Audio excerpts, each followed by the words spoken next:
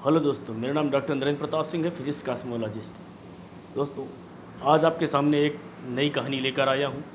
कहानी है ताइगा का जंगल। ताइगा का जंगल कई सारे देशों से इसकी सीमाएं मिलती हैं। बहुत विशाल जंगल है ये। अमेरिका, कनाडा, नॉर्वे, रसिया, बहुत सारे देशों से इसकी सीमाएं मिलती हैं। ये धरती के सभी जंगलों का 30% है।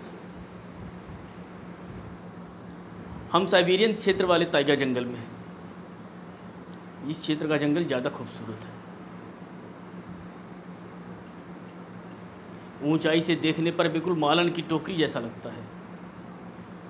रंगीन पत्तों वाले पेड़ भरे पड़े हैं। यहाँ की ज़मीन बहुत संवेदनशील है। वातावरण के कार्बन और ऑक्सीजन के संतुलन से इसकी ज़मीन बदलती रहती है। इस जंगल को रहस्यमय जंगल भी कहा जाता है। इस जंगल को नशीला जंगल भी कहते हैं। इस जंगल को बोलता जंगल भी कहते हैं। पशु पक्षी एक ज़माने में यहाँ बहुतायत पाए जाते थे, पर शिकार की अधिकता से अधिकांशतः लुप्त हो गए। थोड़े बहुत बचे हैं। भालू, हिरन,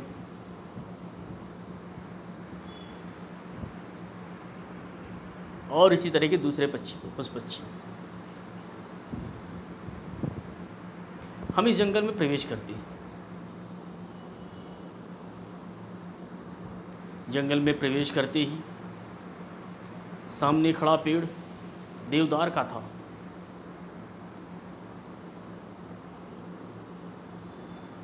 वो बोल पड़ा, स्वागत है मित्र। अरे वाह, जंगल में घुसते ही स्वागत। अब तो दिन बन गया।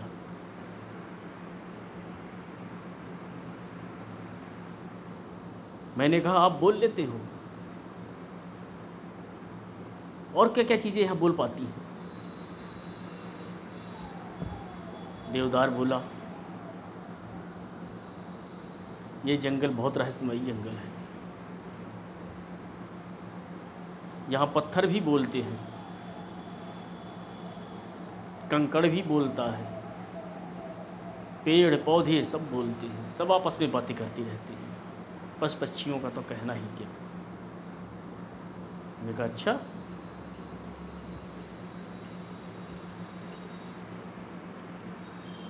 फिर मैंने उसी से पूछा, ये जंगल देखने में तो बहुत खूबसूरत है, पर यहाँ आग क्यों लगती रहती है?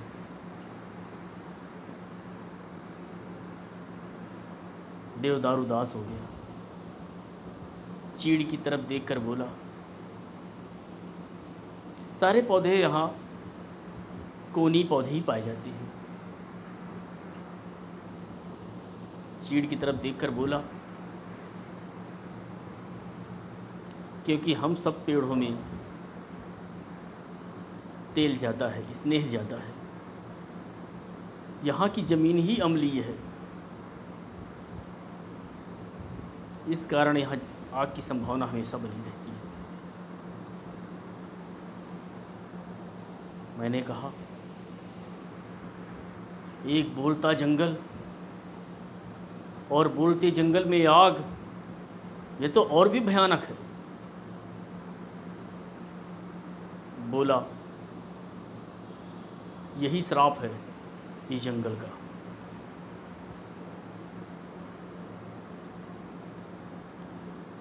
मैंने उनसे पूछा कि मैं और भी तमाम जगह गया हूँ, वहाँ के पेड़ पौधे पशु पक्षी पत्थर आप लोगों की तरह बातें नहीं करते, क्या कारण है? वह मुस्कुराया, बोला, अभी तो आप जंगल में आए हो, थोड़ा जंगल घूम लो, सब पता चल जाएगा। मैंने उसको अभिवादन किया और आगे बढ़ा।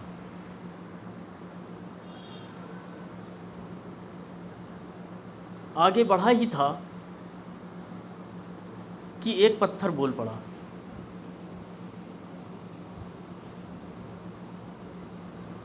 कैसे हो दोस्त? बहुत लंबी यात्रा करके आए लगता हो। मैंने कहा हाँ,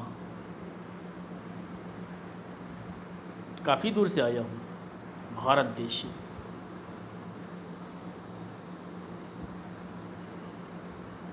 वो नहीं जानता था भारत कहाँ पर है।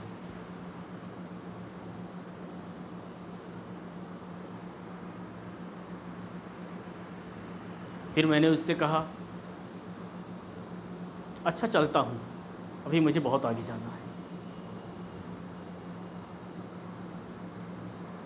मैं चल रहा हूँ, मैं देख रहा हूँ, महसूस कर रहा हूँ, सारे पेड़ पौधे पशु पक्षी आपस में खुसर खुसर कर रहे हैं, सब आपस में बातें कर रहे हैं, और मैं आगे बढ़ता चला जा रहा हूँ।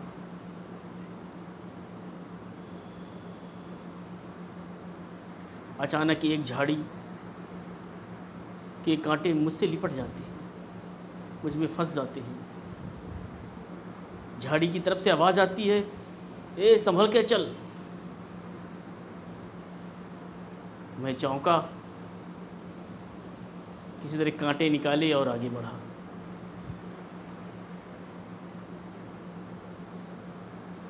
आगे बढ़ते बढ़ते मैं एक पोखर के पास पहुंच जाता हूँ। बसंत का मौसम चल रहा है। पोखर के चारों तरफ बहुत सारे जानवर इकट्ठा हैं। मैं देखता क्या हूँ, एक पोखर में एक मछली उछल रही है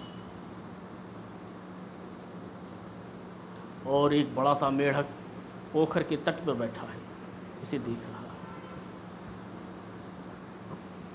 मछली गाना गाती है, भुनगे की फंस गई टांग की चढ़ में, मेढक मारे गुहार दैया कब्जा मेरे घर में, जल्दी दौड़ो थाना चौकी, जल्दी दौड़ो थाना चौकी, और कोतवाल को खबर करो कि। यह सुनकर सारे जंगल के जानवर हंसने लगते हैं। मेढक का मुंह लाल हो जाता है।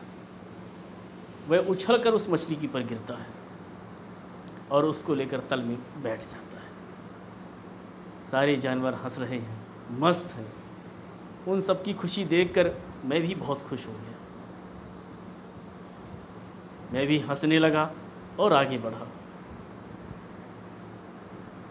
आगे बढ़ते बढ़ते बढ़ते बढ़ते मैं एक नदी के पास पहुंच जाता हूँ।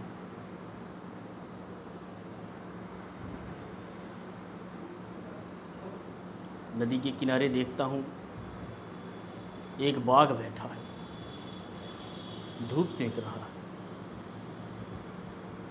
नदी के दूसरे किनारे पर एक बाघिन पानी पीने आई है। दोनों को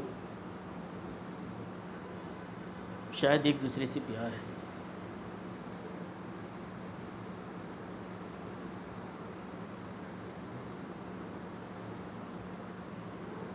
मैं यह सोच ही रहा था कि पास खड़ा एक पेड़ बोल पड़ा, ये बाघ ऐसा ही है, रोज़ यहीं पर पानी पीने आता है, और ये बाघिन रोज़ यही भी पानी पीने आती है।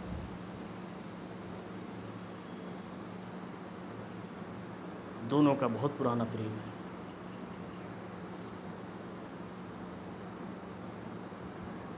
चारों तरफ उल्लास, चारों तरफ खुशी देखकर मैं मंत्रमुग्ध हो गया।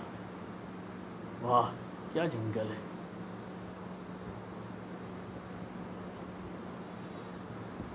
मैं मंत्रमुग्ध हूँ।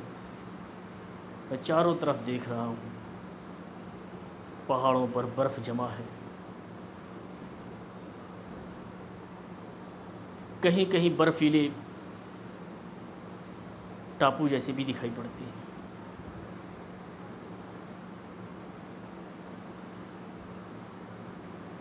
मैं आगे बढ़ा।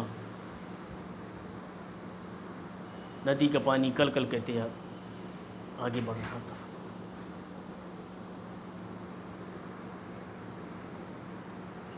काफ़ी दूर चलने के बाद मैं एक बर्फीले चट्टान पर बैठ गया। भुरभुरीदार बर्फ है, नर्म। बर्फ पर उंगलियां फेरने लगा। तभी कहीं से आवाज़ आती है, कहो मित्र, कैसे हो? मैं चौंका। अरे, ये आवाज़ कहाँ से आ रही है? तभी बर्फ के अंदर से झांकते हुए एक पत्थर बोल पड़ा, मित्र, हम भी कभी इंसान थे। ये पूरा जंगल जो तुम देख रहे हो ना, ये सब कभी इंसान थे। मुझे आश्चर्य हुआ, अरे फिर ये सब पेड़ पौधे पत्थर में कैसे बदल गए?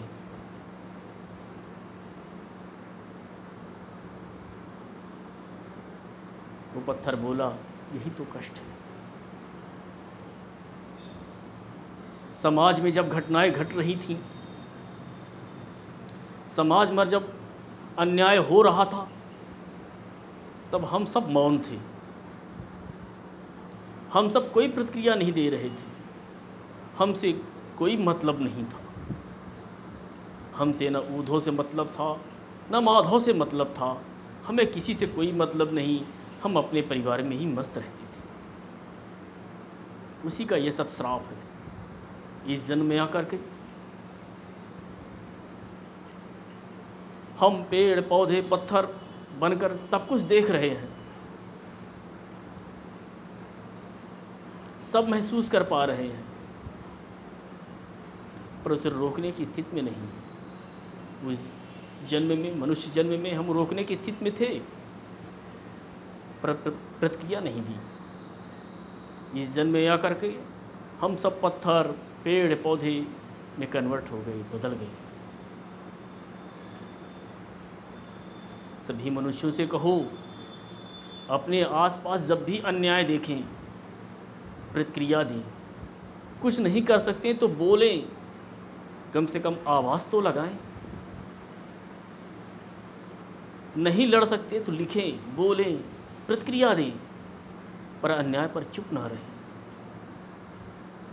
नहीं, जो हालत हमारी हुई है वही हालत उन सब की भी होगी। मैं स्तब्ध, मैं मूक हूँ, मैं समझ नहीं पा रहा मैं कहाँ आ गया। मैं थोड़ी देर यूं ही बैठा रहा। मेरा मस्तिष्क शून्य है, विचार शून्य मस्तिष्क लिए बैठा रहा। मुझ पर धूप पड़ती रही, फुहारेदार बर्फ मुझ पर गिरती रही, जमती रही, और मैं यूं ही बैठा रहा, जंगल को निहारता रहा, पत्थरों को निहारता रहा। कैसी लगी कहानी दोस्तों आपको? अगली कहानी में फिर हम मिलेंगे, किसी और देश, किसी और जंगल। जय हिंद, जय भारत।